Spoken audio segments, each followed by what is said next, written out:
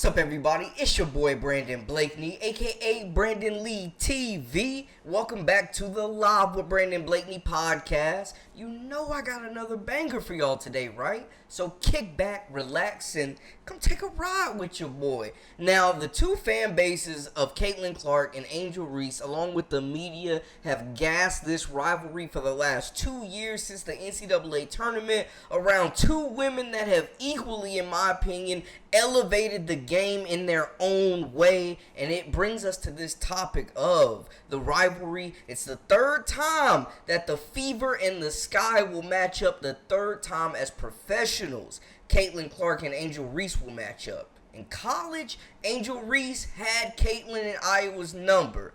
But on the professional side, the Indiana Fever have a 2-0 series lead already, regular season series lead, over the Chicago Sky as they head into this third matchup.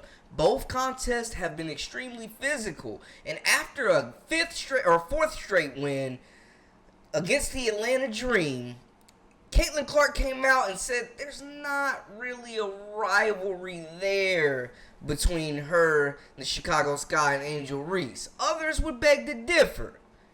Before we get into all of that, though, and hear from Angel Reese and Caitlin Clark, make sure y'all hit that subscribe button for all the latest and the greatest, and join our memberships. We got that exclusive content coming daily, weekly, whenever you need it. Now, let's get into it. You are now locked into the Live with Brandon Blakeney podcast. Here is your host, Brandon Blakeney. The Indiana Fever are currently one of the hottest teams in the WNBA. They have reeled off 4 straight, and even though the shortcomings of Christy Sides holds this team's potential back, they have cooled the hot seat on their coach with this win streak. They are 8th in the standings right now at 7-10. And it seems like the sky is the limit for this group. Now, we know they have a huge matchup that is expected to be one of the most highly anticipated and most viewed games of the regular season so far in the WNBA. The Chicago Sky versus the Indiana Fever, Part 3 in Chi-Town. Now, this rivalry has continued to elevate the sport, and people just can't get enough of it. But Caitlin Clark had some words about this rivalry. I mean, I think we're just taking it one game at a time. And I think that's why we've been able to be successful in this stretch, is because we haven't looked too far ahead. It's the game that's always just right in front of us. I'm pretty sure the only people that view this as a rivalry is all of you. Like, for us, like, it's just a game of basketball. Like, that's what it is. And if it's going to help move the game forward, absolutely. Like, that's amazing. That's what it should be. Like, people could talk about it. I mean, yeah, I think I saw the ticket prices. I guess the only thing is, like, I'm surprised we're not playing at the United Center. I thought that would have been really good for the game and really good for all the women's basketball fans in Chicago. So maybe there's a conflict of some sort that I don't know about. Obviously, that's a little above my pay grade. But we're excited, one game at a time. You kind of got to wipe this and learn from it. And, we travel tonight and get there and practice, and it's a prep, and then you're playing the next day at 4 p.m. So, like I said, if that's what's going to help the game move forward, absolutely. And I think the 2 prior matchups have really lived up to what everybody expected, and just really great basketball games, honestly. I do agree. It has helped grow the game for sure.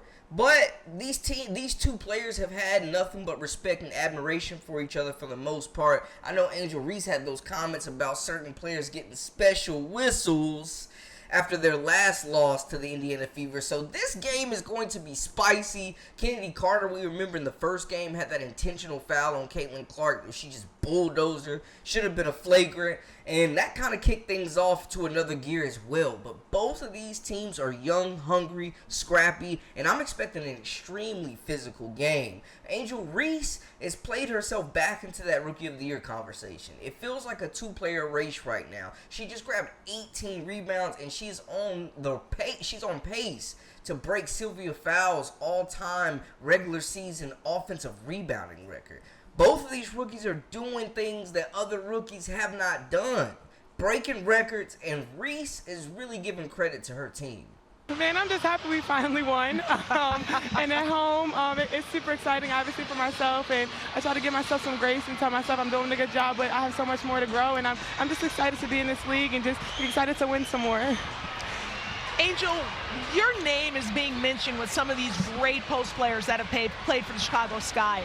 Candace Parker, Elena Deladon, Sylvia Fowles. You're on pace to break Sylvia Fowles' single-season franchise offensive rebounding record. What does that mean to you? I love Sylvia. She was a great person to me and a great mentor to me when I was at LSU, being able to have that relationship with her at LSU. So I know she's going to be super proud of me. I mean, obviously, I just want to do whatever it takes to win, and rebounding is what I do to win. You talk about that win, Angel, so let's bring the focus now to the team. How are you guys able to snap this losing skid here today? Yeah, it's either you stay down or you stay up. And in the locker room, we have great vets that have great voices in the locker room and keep us together. We trust our coaching staff. We trust our scouts. So I think tonight meant so much, especially being back home. So I'm just super excited for this team. We have so much more to grow. Like we mentioned, the Sky have already dropped 2. It's hard to beat a team twice, but 3 times? The first game was heavily competitive, but the Fever snuck it out 71-50. Looking at the stat line right there, that was Camila Cardoso's debut, where she had 11 points and 6 rebounds in 18 minutes of play. Angel Reese had 8 points, 1 assist, and 13 rebounds in that game. On the other side, Aaliyah Boston had 10, 2, and 8.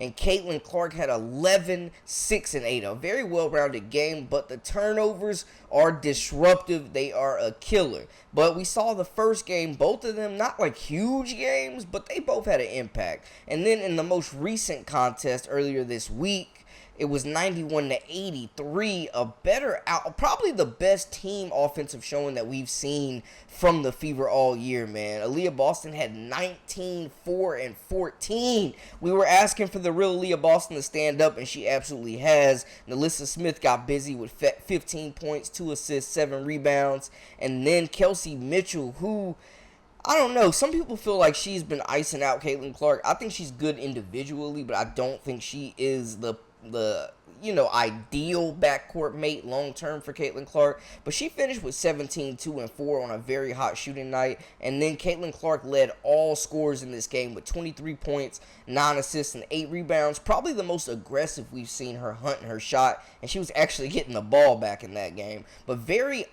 impressive, fluid, well-balanced offensive showing. Camila Cardoso had a double-double in this contest with 10 points, 2 assists, and 10 boards. Marina Mabry getting it done, one of her best games of the year with 22 points to pace the Sky. Angel Reese had another double-double, though, 11 points and 13 rebounds, 5 assists, her 7th double-double coming in their last game. But both these players, man, are deserving right now, I think, in that conversation for the Rookie of the Year. I would put Caitlin Clark at the top spot right now, but it's been week to week. Like, Caitlin currently averaging 16.2 points per game, 5.4 rebounds, 6.2 assists, and 1.4 steals. I think her defensive presence has just improved tremendously, and I think that is what has impressed me the most, with her getting steals and blocking shots. But the turnovers, 5.6 turnovers a game is horrific for a point guard. I get it. She's young. She's a rookie. The game will slow down. There's going to be more turnovers when you have more opportunities to make plays with the ball in your hands. I get that sometimes her teammates have not been ready for passes, and it's kind of been that scenario of where a quarterback has a tip pass and it's intercepted and they get charged with the turnover. There has been some of that, but it's also been the decision making and not putting enough zip on the ball and taking chances when you really shouldn't try to thread the needle and force the issue.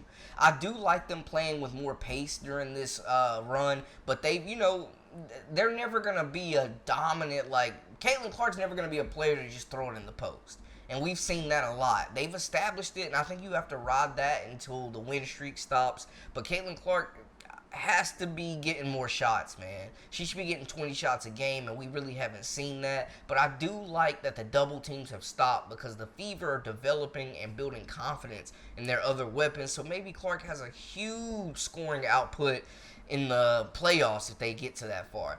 On the other side, Angel Reese is doing damage as well. On the year, Reese is averaging 12.4 points, 10.8 rebounds, averaging a double-double on the year, 2.1 assists, and 1.9 steals on the season. The thing that bugs me about Angel Reese, though, we got on Clark about the turnovers. We got to talk about the field goal percentage.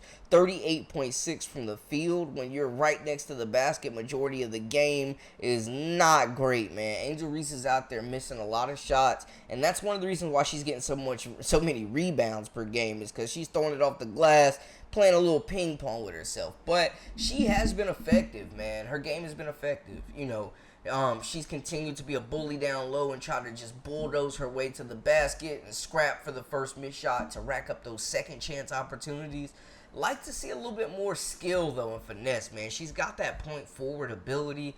Would love to see her, just develop the intangibles. A jump shot. Work on the handle a bit. Being able to create off the dribble a little bit more.